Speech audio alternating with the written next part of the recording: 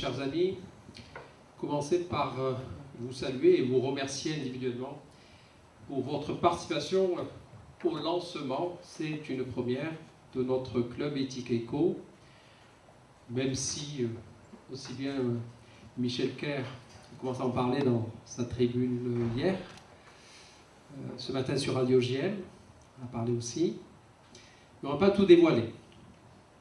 Il s'agit vraiment d'une première, mais pour ceux, en tout cas mon commissaire du gouvernement qui est là, m'ont entendu pour mon premier discours, j'avais commencé par, il y a 3 ans, par citer 2 personnages. Le premier, particularité pour les experts comptables, qui s'appelle Pascal Delannoy, qui est expert comptable, mais qui a aussi une autre qualité, qui est évêque auxiliaire. Et il avait fait son mémoire d'expertise comptable sur l'éthique de l'expert comptable. Bon, évêque, je ne connais pas personnellement, mais j'aimerais bien le rencontrer, et qui, par la qualité, en tout cas, et la pertinence de ses propos, m'a beaucoup inspiré et continue de m'inspirer. Le second personnalité, était un ami très cher.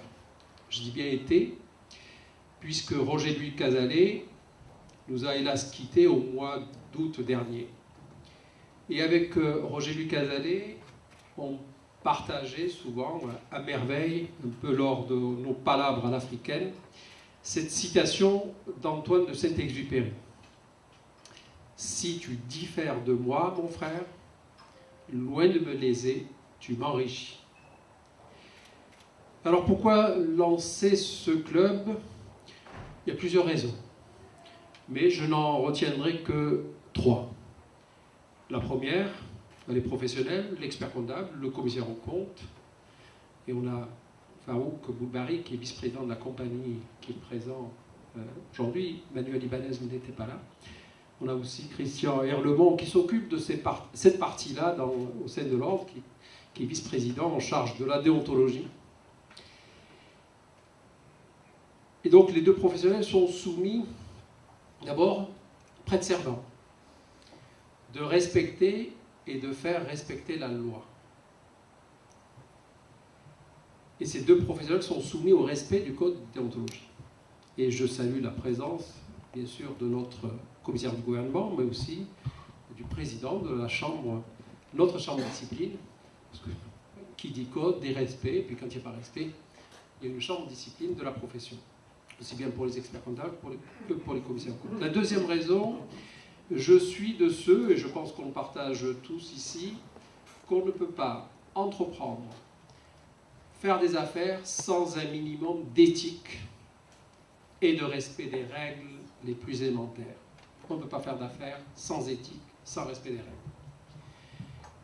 Et on le voit, les entreprises qui prospèrent, en tout cas dans le temps, ce sont celles qui respectent ou qui ont certaines éthiques. Troisième bonne raison pour lancer ce club, c'est le plaisir que nous aurons régulièrement de faire une pause déjeuner, et de réunir les différentes intelligences pour former ce qu'on appelle le cercle des points de vue. Le point de vue du banquier, le point de vue du chef d'entreprise, le point de vue du magistrat, du sociologue, du philosophe, voire du théologien et du chercheur, comme nous le faisons aujourd'hui avec mon ami et complice de toujours, Sohaib Belcher,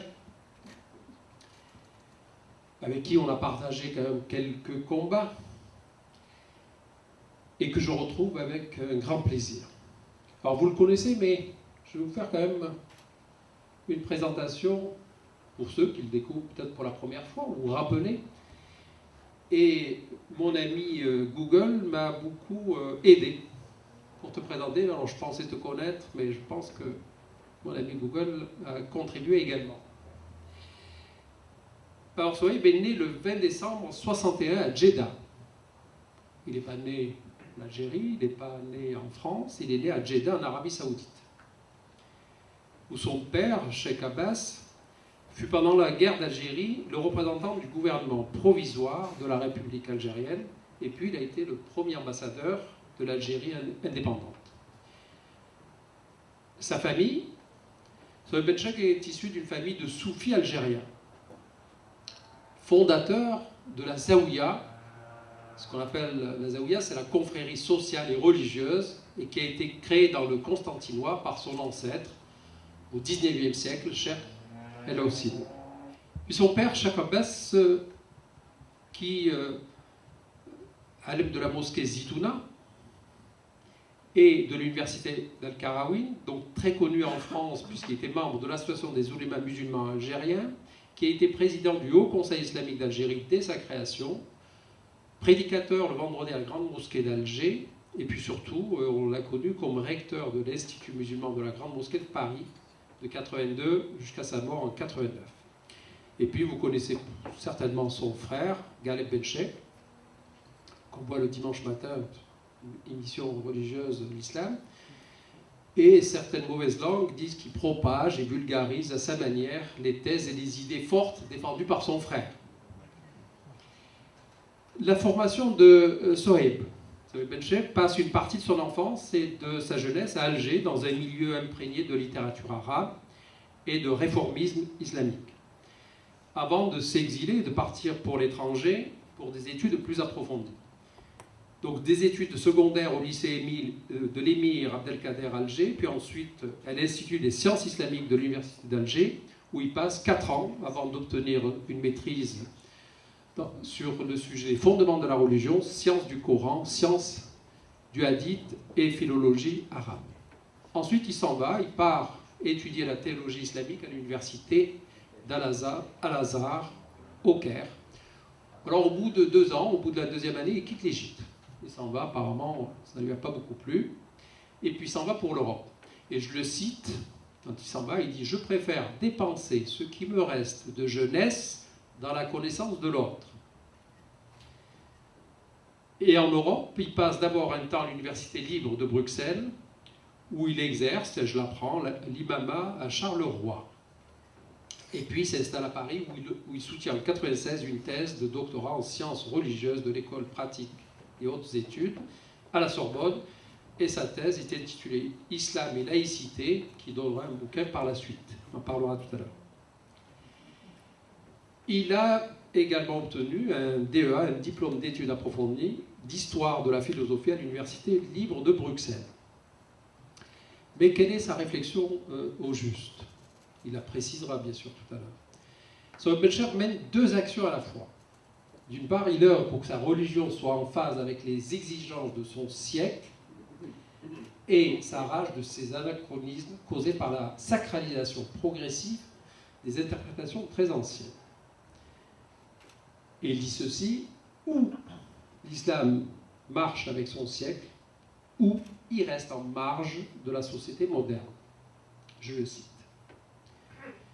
Et puis il milite pour que l'islam soit reconnu comme un fait sociologique naturel, irrévocable dans les pays occidentaux, à l'ère post-coloniale, ainsi que de la mondialisation, bien sûr.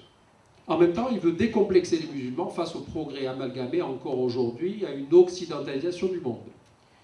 Et il dit ceci, si je veux mener des recherches en médecine ou en mathématiques, je ne repars pas des travaux d'Al-Razi ou d'Ibn Haytham. Mais je repars de toutes les dernières découvertes et productions d'aujourd'hui en Occident. Alors, plusieurs combats, mais j'en retiens 2. Le premier, le combat pour la laïcité. Pour Sohaib Benchek, la laïcité est un principe dont bénéficient à la fois la religion et l'État. Et il dit ceci, libère la religion d'une mainmise politicienne injuste et malsaine, faisant également barrage aux ambitions carriéristes des religieux, entre parenthèses, fonctionnaires de Dieu. Il n'y a pas de main morte. Il y a des religieux dans la salle. Ah ben, j'ai un imam en face. Ainsi, la religion séparée du pouvoir politique n'attire que les convaincus, ceux qui veulent seulement témoigner de leur foi. Ce principe de la séparation profite également à l'État, puisqu'il le délivre de tout dogmatisme, afin qu'il fonctionne selon des critères saisissables, vérifiables, admissibles ou rejetables. Et puis son combat contre les fondamentalistes. Sohaib Benchek dénonce, a toujours dénoncé depuis 20 ans, la dérive wahhabite et salafiste. Je vous les guillemets, il dit des groupes qui veulent imposer une interprétation unique, littérale et obscurantiste des textes. Et à ses yeux, un personnage comme Tariq Ramadan prêche une vision dilettante et fondamentaliste de l'islam. Et je le cite, Tariq Ramadan n'est pas un théologien, mais c'est un tribun charismatique. Il défend une vision totalitaire, intégriste, il va même plus loin, c'est cité dans Le Parisien du 17 janvier 2004, où il dit que c'était un crime de le mettre en contact avec la jeunesse. On est en 2004. Et puis, patatrac, le 17 novembre 2005, Sohaib Benchek décide de quitter toute fonction représentative. Il démissionne de son poste d'alors de moufti, puisqu'il était le moufti de Marseille, se retire également du Conseil français du culte musulman, et dit ceci à Nicolas Sarkozy à l'époque, qui était ministre de l'Intérieur. Et puis à la presse. La France n'est pas mon bien, l'islam n'est pas ma propriété, la France aura l'islam qu'elle mérite. Une déclaration qu'il fait le 17 novembre 2005. Et depuis, il se consacre à la recherche et à la publication. Son actuel éditeur est la maison Grasset. Je ne vais pas citer tous les ouvrages, mais j'en retiens deux, principalement.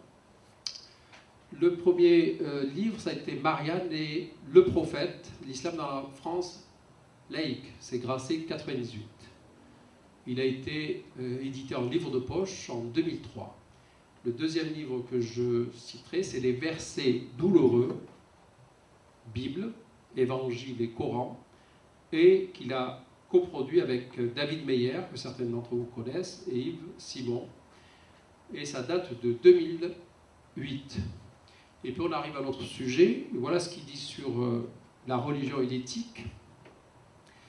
Dans l'islam, ce n'est pas l'homme qui consacre sa vie à servir et à entretenir sa foi, mais la foi qui sert l'homme en élevant son humanisme.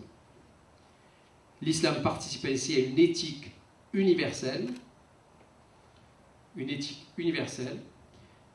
Et j'ai appris récemment qu'il travaille sur le sujet, peut-être un ouvrage qui en découlera, il nous en dira un peu plus.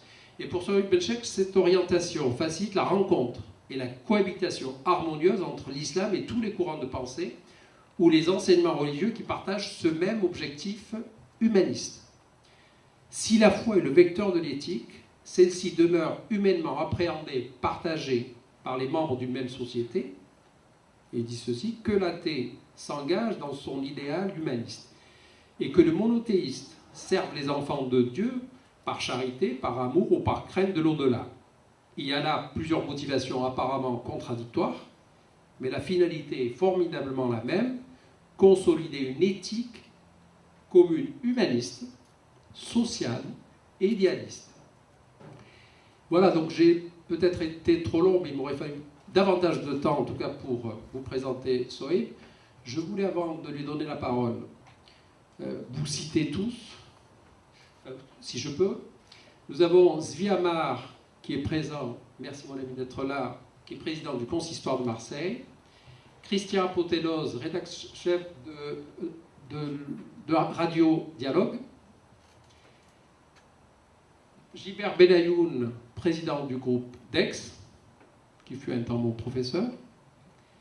Et merci d'être là. André Bendano, président de la Chambre régionale des métiers. Deux régions. Marie-Cécile Béranger, la Provence, et elle excuse Philippe Schmitt. Laurence Bottero, la Tribune. Farouk Boubari, je vous l'ai présenté. Michel Kerr, d'Estimed, qui a fait un bel article pour lancer notre opération. Et merci Michel pour ta contribution. Patrick Casabianca, qui est directeur du pôle fiscal de la DRFI PACA et qui est notre commissaire du gouvernement. Charles-Antoine Castola, président du tribunal d'Aix, et qui vient de nous rejoindre, qui est nouveau président. Pardon, tribunal de... qu'est-ce que j'ai dit? Chambre de commerce? Charles Charles-Antoine. Et que le dernier ferme la porte. Elsa Charbit, pourquoi elle n'était pas dans l'ordre? Tiens, ben voilà. Et ben voilà, m'a perturbé mon plan. Merci Elsa qui œuvre sur Radio GM, rédactrice en chef, qui accompagne avec son président. Claude Chélan, est-ce qu'il est arrivé? Pas arrivé encore, qui est président du tribunal de commerce de Salon. Alain Chouraki, merci Alain d'être là, qui est directeur de recherche au CNRS et président fondateur de la fondation du Camp des Milles. Mémoire et éducation, qui est responsable de la chaire UNESCO sur éducation citoyenne, sciences de l'homme et convergence des mémoires. Et j'avais tenu une session du Conseil de l'Ordre l'année dernière au Camp des Milles. Pour ceux qui ne connaissent pas encore, je vous invite à découvrir, redécouvrir pour certains. Et on a probablement des projets ensemble, mon cher Alain. Je continue mon tour de table. Donc Dominique Clément, qui est directeur de l'URSSAF PACA. Daïj Mustafa, un ami avant tout, qui est économiste, qui a été avocat, qui a été banquier, qui est tout ça à la fois. Roul Abdelrahman, qui est imam et qui est président de la mosquée de l'association de la mosquée de Marseille. Sophie Joissin, qui n'est pas encore là. Ah, donc vous n'êtes pas à la bonne place. Qui est vice-présidente du conseil régional délégué à la culture et au patrimoine et qui est sénatrice. Merci. Christine Lacroix, qui est debout là-bas, qui est notre secrétaire générale, et à ses côtés, il y a Malika Touati. François-Michel Lambert, qui est là, qui est le député des Bouches-du-Rhône. Voilà, merci monsieur le député d'être là, et qui est président de l'Institut de l'économie circulaire, je précise. Jean-Luc n'est pas encore là. Ok. Bruno Nivière, qui est le nouveau président du tribunal de commerce de Marseille. Particularité, il est expert comptable. Ça faisait longtemps qu'on n'avait pas d'expert comptable autant à la tête d'un tribunal de commerce. Didier Parakian, qui est adjoint au maire de Marseille en charge de l'économie, des relations des entreprises et de la prospective. Merci Didier d'être là. Bernard Parent, vous avez encore modifié les choses, hein, qui est directeur scientifique Kedge Business School. Merci Bernard. Caroline Posementier, qui est vice-présidente du conseil régional en charge de la sécurité et de la prévention, présidente de la Chambre de commerce France-Israël, 13, Provence, et adjointe également de la mairie de Marseille. Merci Caroline, je sais que tu avais une réunion importante au Conseil national et tu as préféré être parmi nous. Je te remercie. Yves Roussel, qui est président de la 8e chambre de la Cour d'appel d'Aix, et je vous ai dit, c'est notre chambre de discipline, en tout cas pour les experts comptables du commissaire aux comptes.